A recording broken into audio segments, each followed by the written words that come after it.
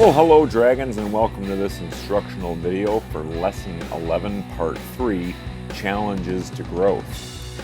The main idea behind this economics lesson is developing nations often face significant obstacles that prevent economic growth. With that in mind, by the end of watching this video, you will be able to explain how many developing nations respond to scarce factors of production, describe how the status of an economic infrastructure can help and hinder a developing nation, and explain how political instability can challenge a developing nation. Now that the outcomes for this lesson have been shared with you, let's get started.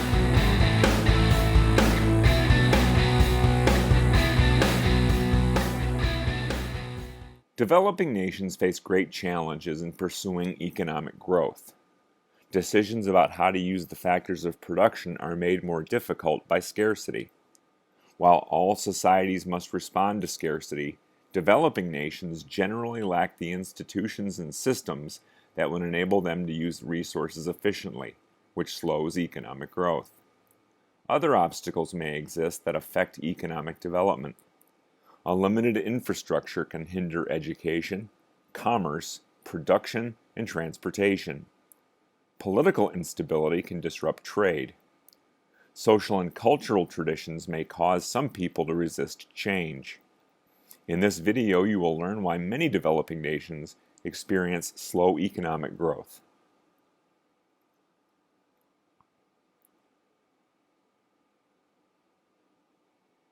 To achieve economic growth and development, a nation must be able to increase its total per capita output of goods and services. But to increase the output of goods and services, a developing nation must improve the quantity and quality of the available factors of production. This improvement, in turn, relies on the effective use of resources. Scarcity and the efficient use of natural, human, capital, and entrepreneurial resources can limit the potential for growth in developing nations. Developing nations tend to specialize in the production of one or a few goods, usually agricultural products or raw materials. Although specialization tends to promote international trade, it can also lead to one-crop economies. A nation that concentrates on the production of a single item has a one-crop economy. When referring to one-crop economies, economists use the term crop to include any non-agricultural products, such as minerals. One-crop economies often are unstable because the entire economy depends on the world price for a single product. Environmental factors also may limit growth in a one-crop economy. Suppose that a country specializing in coffee production experiences a severe winter.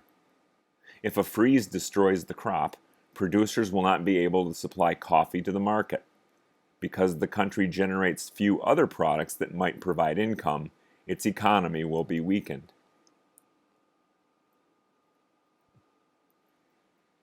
Because of their high population growth rates, most developing nations have an ample quantity of workers. However, substandard education and job training, an inadequate diet, and a low level of medical care often result in lower worker productivity. In addition, high unemployment and underemployment, each a result of unstable economies, can challenge developing nations. Most developing nations recognize the importance of long-term investment in human resources. For this reason, many developing nations are spending more money on primary and secondary education. Shortages of funds, however, tend to limit the number of schools and qualified teachers. As a result, education in some developing nations is available only to people living in urban areas. Capital resources and technology are essential to economic growth, but they are in short supply in most developing nations. Capital, when transformed into production plants, machinery, and new equipment, can increase worker productivity. A basic economic goal of many developing nations, therefore, is capital formation, the accumulation of the financial resources and capital goods necessary for economic development. Three major obstacles: lack of savings, lack of private investment, and rapid deterioration of existing capital, frequently hinder capital formation in developing nations. The first obstacle, lack of savings, occurs because people in developing nations find it difficult to put off present consumption. Many people are already living at a subsistence level. After meeting their basic needs for food, shelter, and clothing, they have no money left to save. If domestic savings cannot fund capital formation, foreign investment is necessary. Many investors, however, are reluctant to invest in the economies of developing nations for several reasons. First, they fear that business leaders' lack of experience could result in mistakes related to what products to produce or what capital should be used in production. Second, there are few incentives to invest in places where the domestic population cannot support markets by purchasing consumer goods. Third, the economic, political, and social environments of many developing nations are unstable.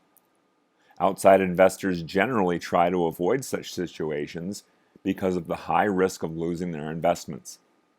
Finally, a lack of roads, railroads, ports, and utilities generally discourages investment spending. Shortcomings in the economic infrastructure often make the production and distribution of finished products much more difficult. Capital goods often deteriorate more rapidly in developing nations than in developed nations. Breakdowns in machinery occur from misuse or because workers are unable to read operation and maintenance manuals. Repairs to factories are delayed because there are not enough trained mechanics. Additionally, spare parts often are available only from manufacturers in other nations, further slowing repairs.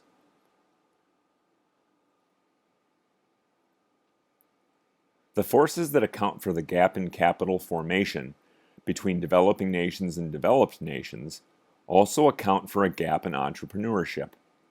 The lack of savings and private investment in developing nations discourages entrepreneurship, thus slowing the development of new business.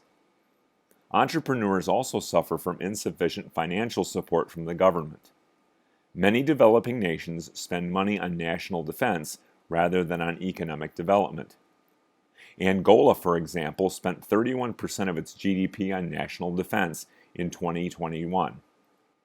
In contrast, military spending accounted for 1.4% of Spain's 2021 GDP. Additionally, a lack of consistent education limits the number of people with training in fields such as mathematics, science, and computer programming, as well as management and finance.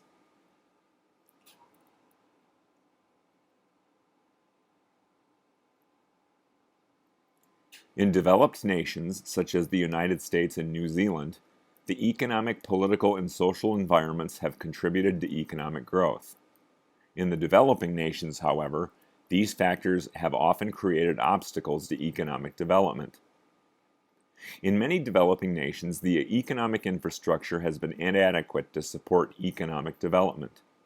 As previously noted, a nation's economic infrastructure is its transportation, communications, banking, education, and other institutions and systems that encourage production and promote trade.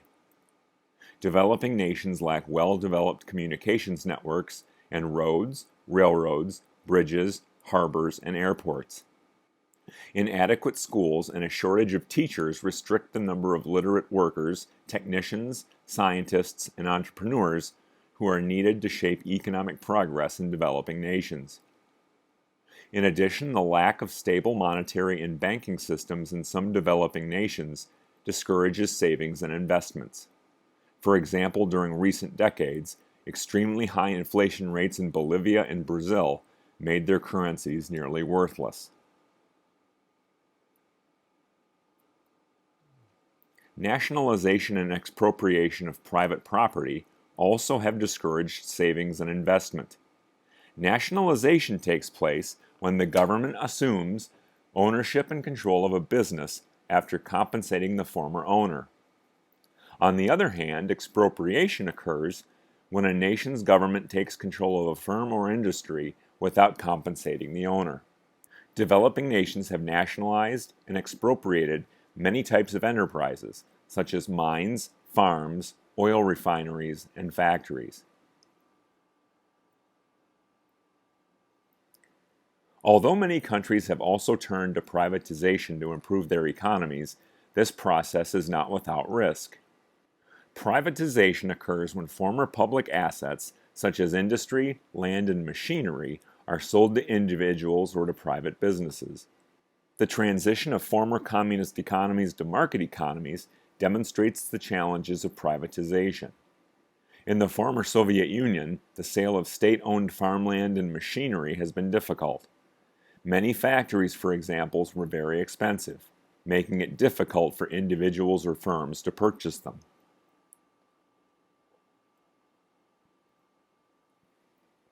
The frequent political instability in some developing nations is another disincentive to savings and investments. Both domestic and foreign investors need to be assured that their investments are secure and that there is a reasonable chance for a return.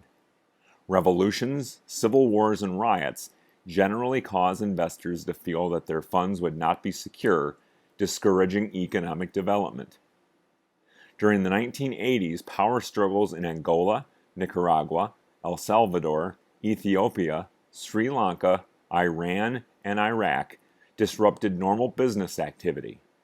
In each of these countries, large sums of money were spent on military goods, and capital investment was destroyed. In 1991, for example, the Persian Gulf War resulted in the destruction of many capital resources in Iraq and Kuwait. To rebuild those countries' economies, new capital goods had to be purchased or developed before consumer goods could be purchased. In some developing nations, society and culture restricts economic development. A country's traditions, class structures, and people's rising expectations may interfere with a nation's economic planning and development. Strongly rooted customs may lead people to resist changes to traditional production methods. Nations that have primarily agricultural economies generally remain more bound by tradition than nations that are more industrialized and urbanized. In recent decades, however, education, the spread of technology, and increased contact with the developed world have weakened some of the resistance to economic change. As they begin to experience economic growth, some people in developing nations may expect a rapid increase in the number of goods and services they will be able to consume. These expectations in part come from exposure to the prosperity of developed nations, as shown through the mass media. However, supply is not always able to meet increased demand. Finally, traditional class structures in some developing nations may limit opportunities for individuals. Fewer opportunities to climb the social and economic ladder may reduce incentives to become better educated. Moreover, the ruling elite often opposes change because the present social system guarantees them a privileged position.